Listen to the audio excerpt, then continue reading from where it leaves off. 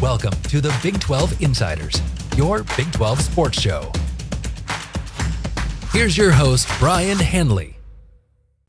Big time matchup this week between Oklahoma State and Kansas State. Both teams coming off of pretty devastating losses just by the way that they lost the game. I understand Oklahoma State made it close at the end, but that game wasn't really close. They got physically whipped. Same thing with Kansas State. People keep talking about maybe it was a little flukish. I don't see it that way. I just see BYU took advantage of everything that Kansas State gave them and ended up whipping them. These two teams, look, it's a little desperation. I think they still have an opportunity to get to the Big 12 championship game if they lose, because there's still a lot of football, but I wouldn't want to put myself in that position if I were either of these. We're going to talk to both Kansas State and Oklahoma State today. This is the Big 12 Insiders. Welcome to the Big 12 Insiders, your Big 12 sports show, presented by Synergy Financial Partners. Now let's go to booming North Texas, home of Studio 73. Here's your host, Brien Hanley. Hey, everybody. Welcome back to Big 12 Insiders. It's your man, Big B, Brien Hanley. We appreciate everybody being here. Again, we are talking to Kansas State and Oklahoma State today. Going to break down, number one, what went wrong the previous week, and number two, how these two teams are going to fare against each other. But before we do, quick reminder, remember to like, follow, subscribe, all that good stuff, and make sure you leave those comments because you know I love the back and forth. Like I said, don't have to agree with anything that I say or that you see, but as long as you're leaving comments that are respectful, I'll be respectful back. So I appreciate all of that. So today, right now, we got Kansas State, Ryan Gilbert here. Gills, how are you doing, my man? Big B, I'm good as always. You know, it's good to talk with you. Obviously a rough trip. Well, I shouldn't say a rough trip, but Provo was great. Fans were great. Atmosphere was great. Just that game was pretty ugly. Yeah, that's the one thing that Kansas State, or not just Kansas State, Big 12 fans are going to have to get used to. Provo's outstanding atmosphere, and it's electric. It's going to be the biggest stadium now that the other two schools are out. It's the biggest stadium. I believe so, because I think it's bigger than West Virginia. But either way, the atmosphere and the fans there are amazing. That was a big-time atmosphere. Speaking of that, you know, Kansas State, let's just call it what it was.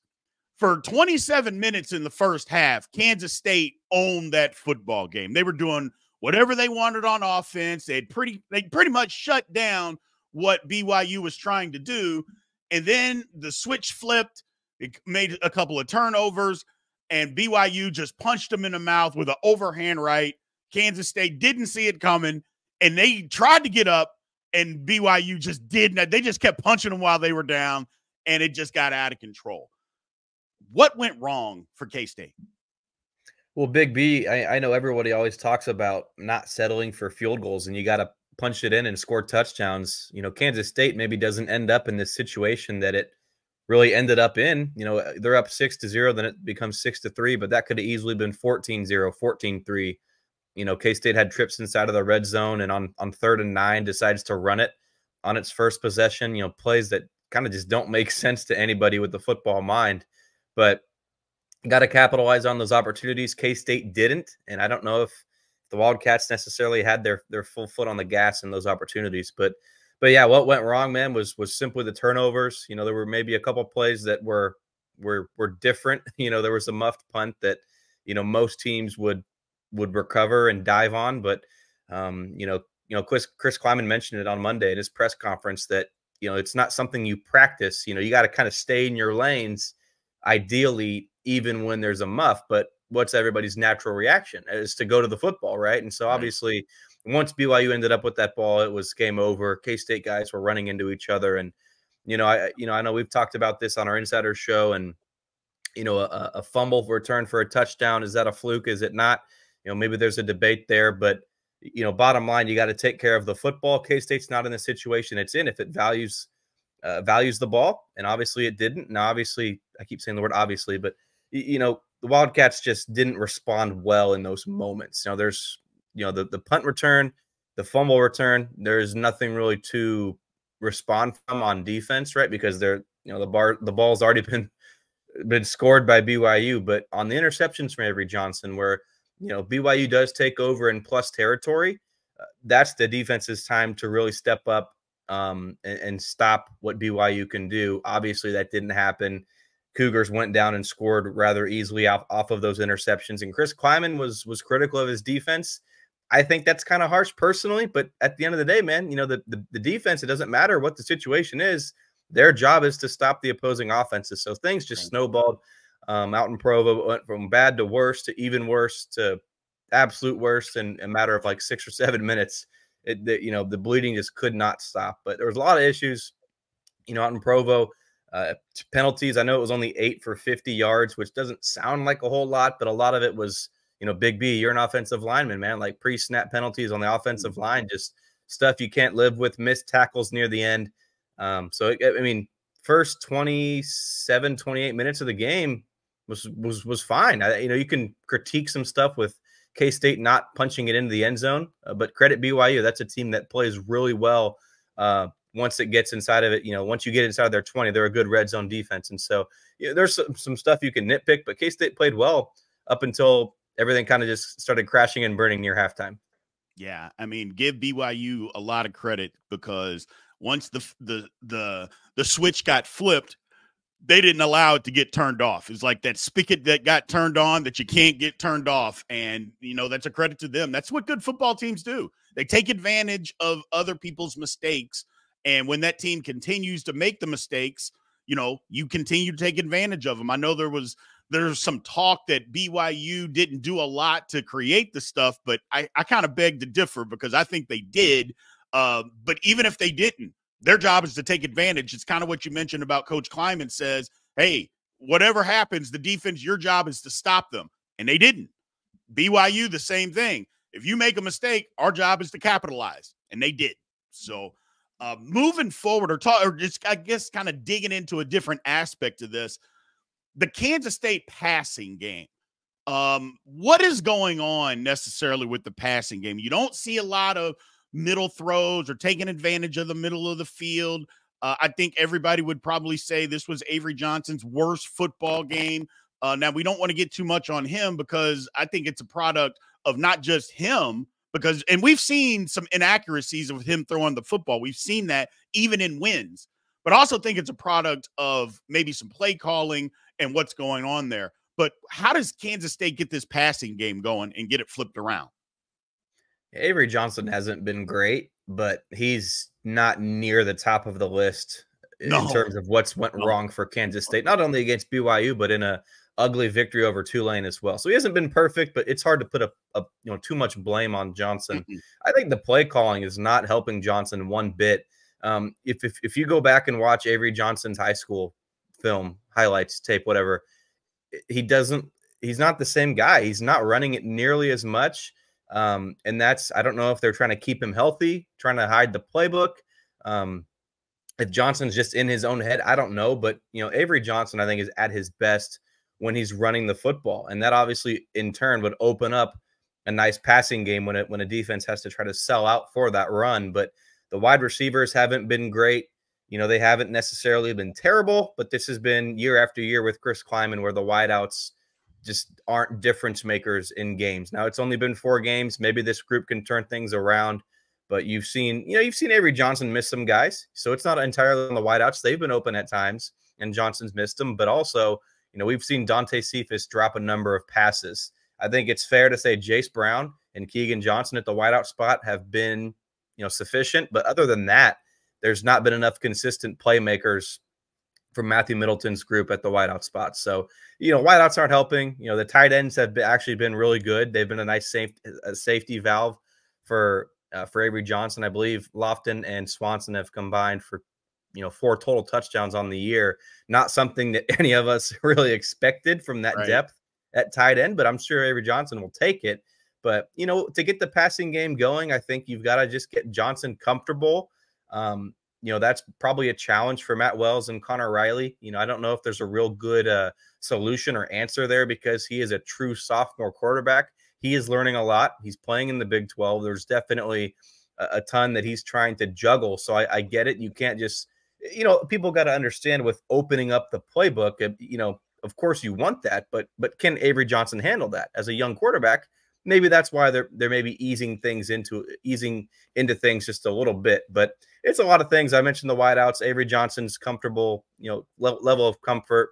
The play calling. I think a lot of things can maybe go into K-State's offense getting going. But Right. this is a group that we saw it against Arizona. If they get some help, right, they'll get going. When you see Dylan Edwards return a punt for a touchdown, there's just so much less weight on the shoulders. Against UT Martin, a blocked punt for a touchdown, then things kind of start to get going, right? So I think that the defense, in turn, has a role in this as well. They've got to help out Avery Johnson.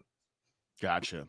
So, both teams, Oklahoma State, because we're going to just move on. And I'm pretty sure Kansas State fans just want to put this BYU game behind them. And they need to.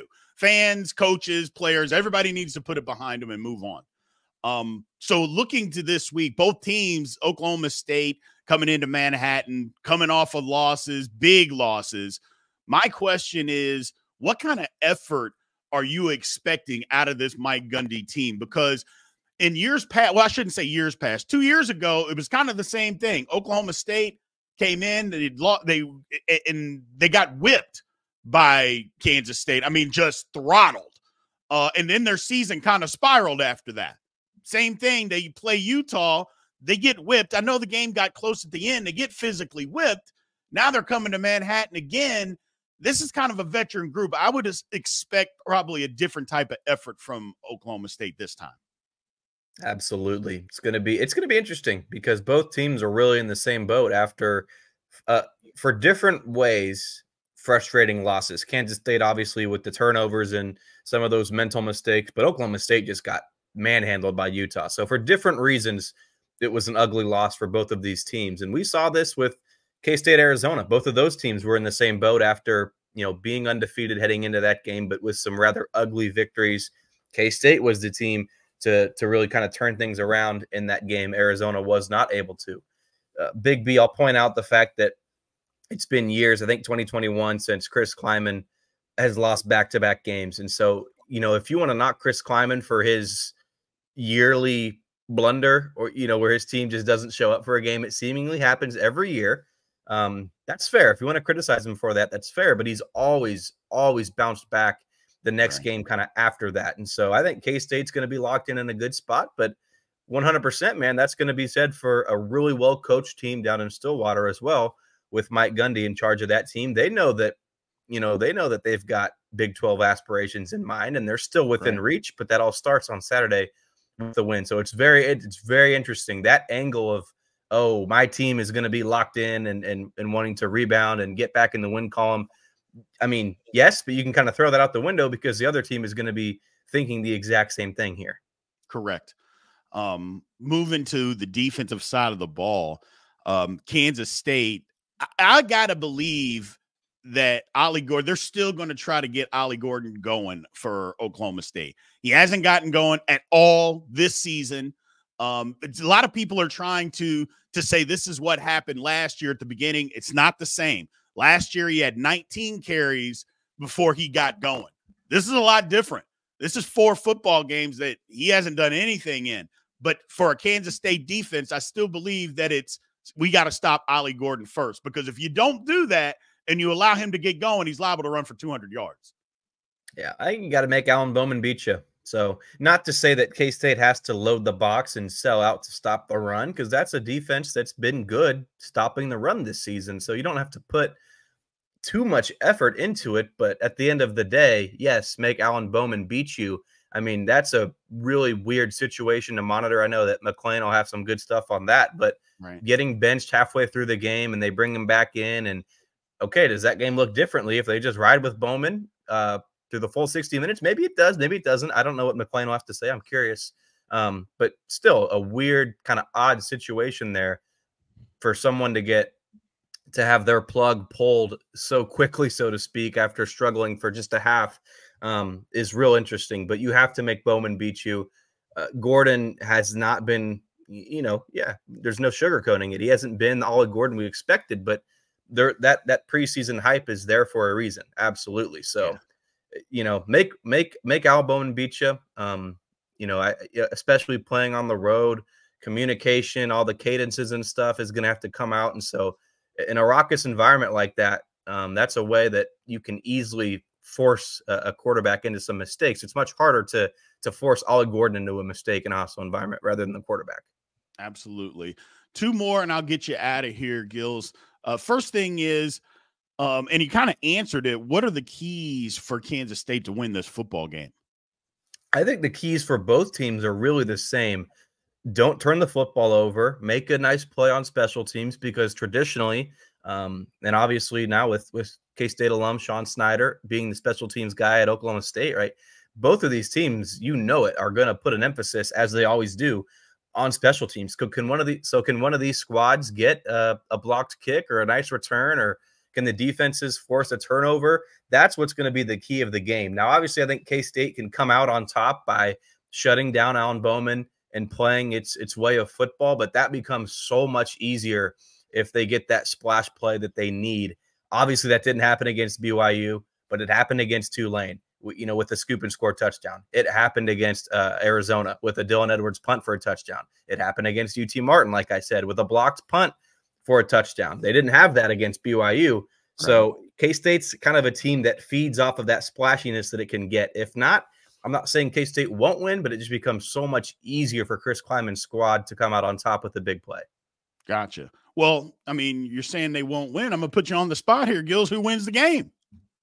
The biggest thing I keep thinking and going back to, and it's early, it's only Tuesday as we're recording this, but the one thing I keep going back to that I mentioned is Chris Klieman's just been so good after losing games. And he, for whatever reason, maybe it's a coincidence or fluke, but I don't think it is. He gets his guys locked in.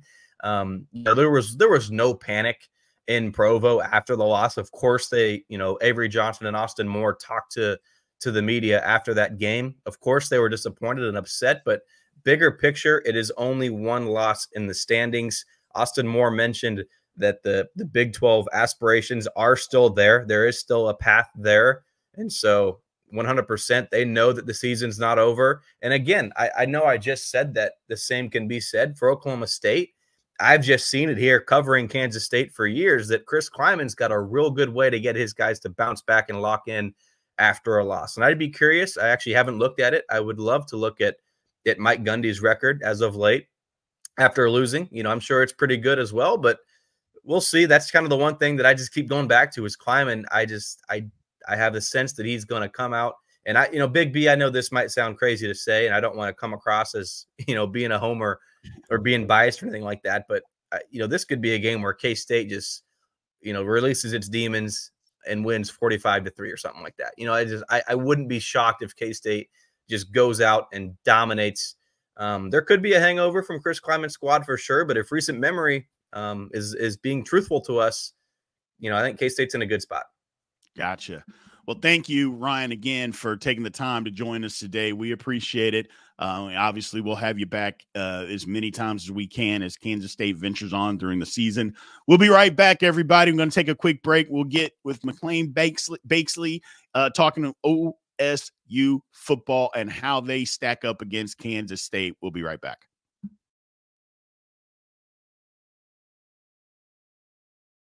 Welcome back to the show. Let's head back to the studio.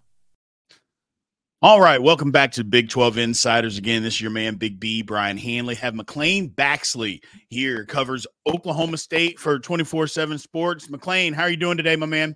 Doing good. Glad this fall weather is finally hitting Oklahoma. Absolutely. Yeah, it was a hot one this weekend everywhere. I'm here in Dallas. I mean, it was 100 degrees. It was ridiculous. So, look, not a great game by Oklahoma State on Saturday. We could get into that. We'll talk about it a little bit here. But I just want to get your thoughts real quick on what exactly happened.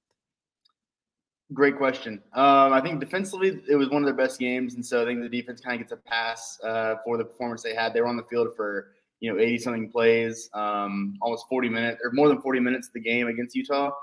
Which, after being on the field for 40 minutes, you can't be expected to just fully pitch a shutout against a pretty good Utah team.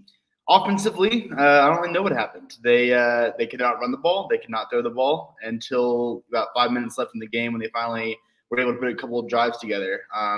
Up until that fourth quarter, They only moved the ball past the 50-yard line once, and it resulted in 3 points instead of 7. When they got down to the red zone, they're, I think, on their second or third drive of the game. So, yeah, I mean, it was a really bad offensive performance from pretty much everyone.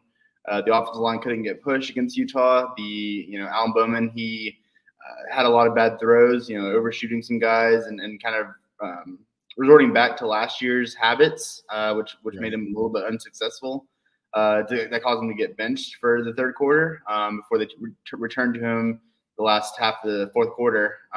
But, yeah, just a really bad performance all around offensively. That has a lot of questions for this team and for this coaching staff heading into what is now the biggest game of the season with their postseason hopes on the line. Right. That's kind of the way that I build this. It's like, look, it's not that you can't get to the Big 12 championship game if you lose this, but you're really putting yourself behind the 8 ball if you do. Having said that, look, you talked about it earlier, and I think this is a big question that a lot of people had. And I'll be quite frank, I wasn't that comfortable with what Mike Gundy said after the game about the QB switch. It just didn't understand it. I get it that he wasn't playing well, but I'm like, that's what you do. You go to a guy, and then it didn't work because the backup played worse, in my opinion. But just like, what were the thoughts there, McClain? I don't get that. And a lot of Oklahoma State fans on some of the stuff that I had put out kind of agreed. They're like, this is your guy. You can't go away from him, can you? And especially Bowman, who both last year and, we saw against Arkansas a few weeks ago, he's definitely a second half guy. He gets better as the game goes on. Last night, Monday night, we got to talk to him about the game and about the season and everything. And, I asked him, I was like, hey, you're better in the second half. And, why do you think that is? And he says he's able to kind of read defenses and really get comfortable. It takes him, a drive or two to really get into the game, which obviously you'd like him to come out and be able to score a touchdown that first drive as he's done before.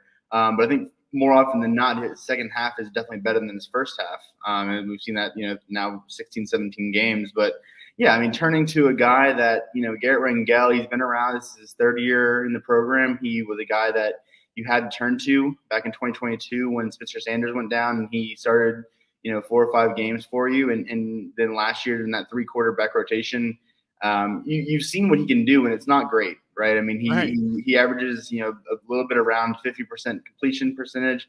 I think he's 6-6 on touchdowns to interception ratio. So you've seen what he can do.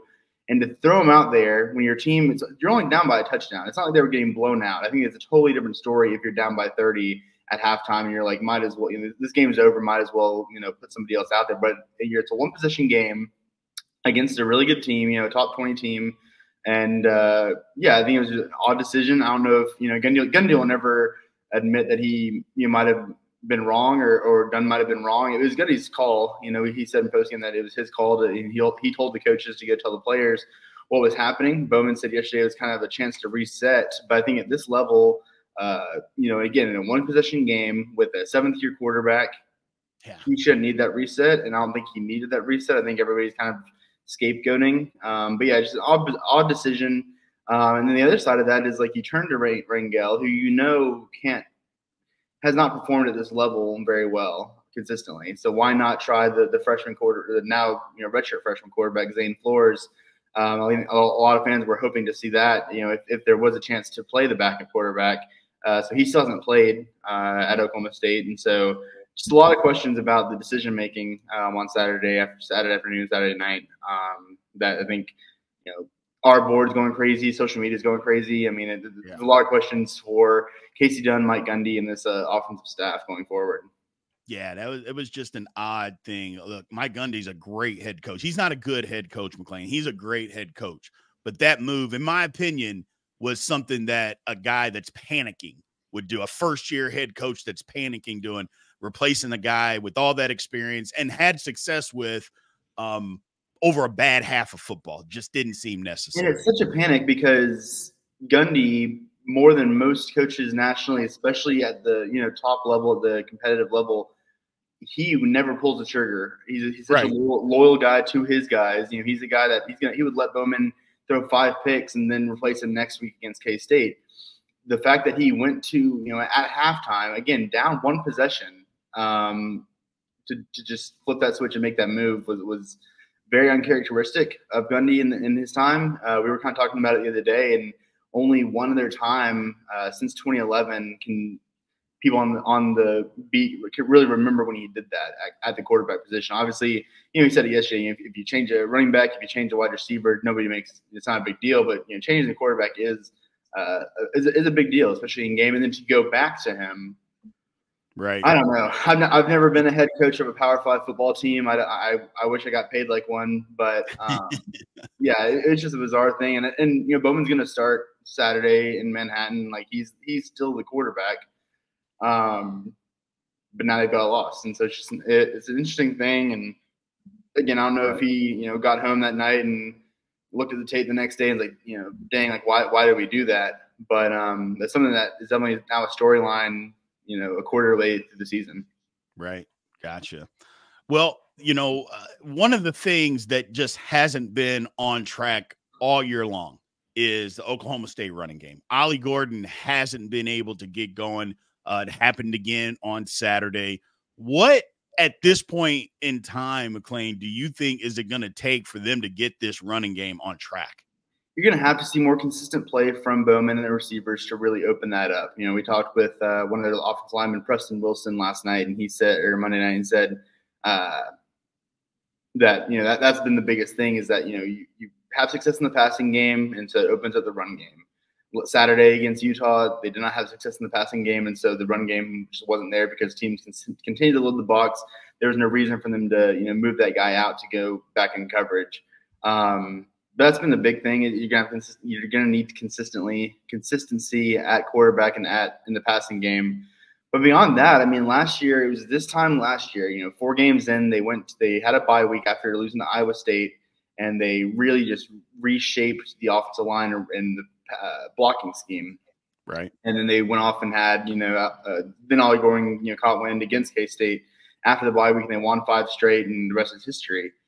Now, with the same exact guys, you've got there's one different offensive lineman, Isaiah Glass from Arizona State. He's the only change in the blocking scheme this year, and they have their 115th in the country in FBS in rushing offense with the reigning Doak Walker winner, with pretty talented sophomore and Ceci Bahali, with a former Indiana running back. I mean, they just cannot get any type of push. They cannot get any creation. I think part of it's the play calling as well. I mean, they very rarely go outside and doing any kind of jet sweep or toss or anything. And when they do, it works. On that second drive where Oklahoma State went down and settled for a field goal in that first quarter against Utah Saturday, there's a lot of motion. There's a lot of movement. The one play a lot of people have been talking about is Ollie Gordon was in the Wildcat and he tossed the ball to Brent Presley, who was in motion. So just being more creative and finding ways to get the ball to your best player. I mean, I still think Ollie Gordon has a career in the NFL. I still think he is one of the best raw talents in college football. He's just not being given opportunities to do that. And it's everybody. There's blame to be spread everywhere. Both from coaches and players, including Ollie. But I mean, just poor play calling and poor push. That's really just caused this rushing attack that last year was one of the top in the country to now just being a forgotten unit. I think the one thing for Oklahoma State fans, and again, they're outstanding fans and they're extremely knowledgeable, is to not panic, and think, okay, we lost this game and the sky is falling. I think that's the one thing. Number one, I think Oklahoma State fans are intelligent enough not to necessarily do that. People can be disappointed at the way that the game went, but I think the main thing is they're not going to panic. And I don't think the coaching staff or the players should panic either, because some of this stuff can get fixed. It's kind of what you've been saying, McClain, is play calling can get fixed. Getting better, push up front and doing something different. It kind of leads me to my next question, because, look, Kansas State didn't play well against BYU on Saturday either. They kind of dominated the first 2 quarters of the game, or 1.5 quarters, and then they just let the thing snowball and just got absolutely embarrassed. So having said that, Kansas State can run the football. Now, look, I get Oklahoma State. They were on the field. Their defense was on the field forever because the offense literally couldn't put together any drives. Having said that, they still gave up 250 yards rushing, and they're going to Manhattan to a team that runs the ball very well. I got to believe that's got to be one of the emphasis, is trying to stop the run and getting off the field this week. Absolutely. And that was their plan against Tulsa a few weeks ago. Obviously, Tulsa, a very different beast than, Kansas State will be. But we saw that in the first half against Tulsa. On their first drive, they had 2 or 3 big runs, 20-plus yard runs. And they kicked a field goal, missed the field goal. And after that, they made some adjustments, and they really couldn't run the ball the rest of the game. I think for Brian Nardo, defense coordinator, and Oklahoma State as a team, they're going to need to start off that way, knowing that, they've got 2 or 3 running backs and a running quarterback that they got to worry about. Kansas State's going to want to run the ball, and so that and stop it from the first snap, right? I mean, there shouldn't be a need for an adjustment period. You adjust if they're coming out slinging the ball, going for 40-yard passes every play. That's when you adjust. Right. I think I and most fans and analysts and stuff will know that they want to run the ball, and so you've got to go in from the opening gun, understand that's the play call. So. I think they'll be better. I think they'll be more prepared. I mean, I think the team definitely seems kind of there's a fire into them, understanding that though they have a loss, like you said, both teams have a loss. And this is the Big 12, where nobody knows what the hell's going on ever. I mean, they there's I think the team I think Utah is going to get into the Big 12 championship with 0 losses or 1 loss, but I think the other team could have 2 or 3 losses, and likely will have 2 or 3 losses.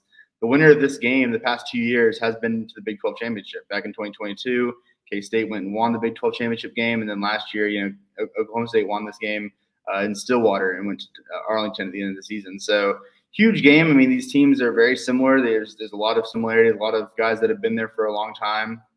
They know what they're going to do. K-State knows what Oklahoma State's going to do on offense.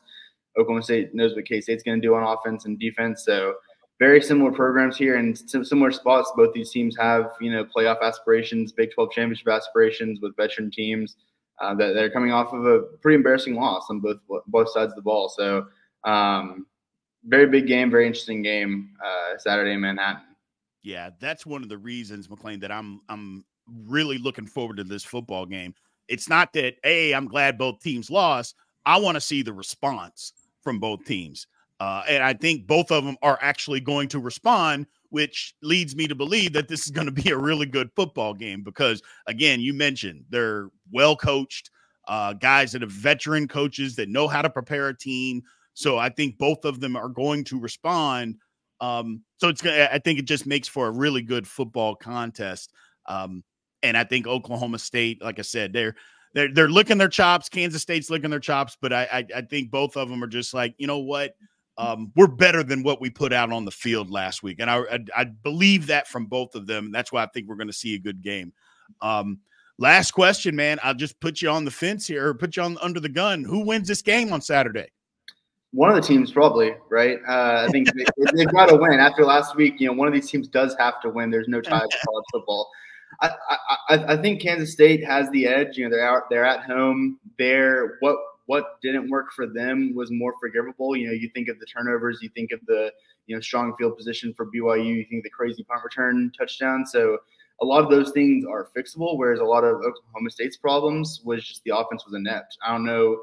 I don't think they'll be able to. I don't think Oklahoma State will have as bad of a game ever again this season. But there's definitely still errors and trends that we've seen for several weeks that they've kind of been able to get over. Against Tulsa, you're playing Tulsa, right, so you can overcome not having a rushing attack. Against Arkansas, that was just a crazy second half that they were able to defense stepped up and they were able to get drives together in the second half against Arkansas. So we haven't seen consistent thing on the run game. So I think Kansas State does have the edge, and I think Kansas State will be favored, and they are favored, and I think Kansas State will probably win this game on Saturday. And what should be just a wild game. 2 years ago it was a 48-0 game. Last year was just a crazy back and forth game after Oklahoma State had like a pick six in the first half. So I mean, just it's always fun between these two teams. It's always who knows what's going to happen. And so, but yeah, I mean, it should be. I'm just hoping for a good game. 2 weeks ago, Oklahoma State dominated Tulsa. Last week, just there's zero offense from really either side, but especially from Oklahoma State's side. And so just looking forward to being engaged and being excited for 4 quarters. Absolutely. What should be good football. Yeah, that's what I'm looking for. Like I said, Ed, they're both coming in with something to prove. And so I think both of them will prove something. Although one team obviously is going to lose, I think it's just going to be an outstanding football game of two teams that are familiar with each other, but also two teams that are saying, hey, look, last week was last week. We are a totally different team than what we put out there. We apologize, fans, but this is who we are. And that's what I want to see moving forward. So I can't wait for the game. Again, McClain, want to thank you for taking the time to speak with us today, and thank everybody for joining us again on Big 12 Insiders. Remember, as always, like, follow, subscribe, and leave a comment like you have been. We appreciate it, and we will talk to you soon. Thank you for watching the Big 12 Insiders, your Big 12 sports show. This has been a Spirit Street production.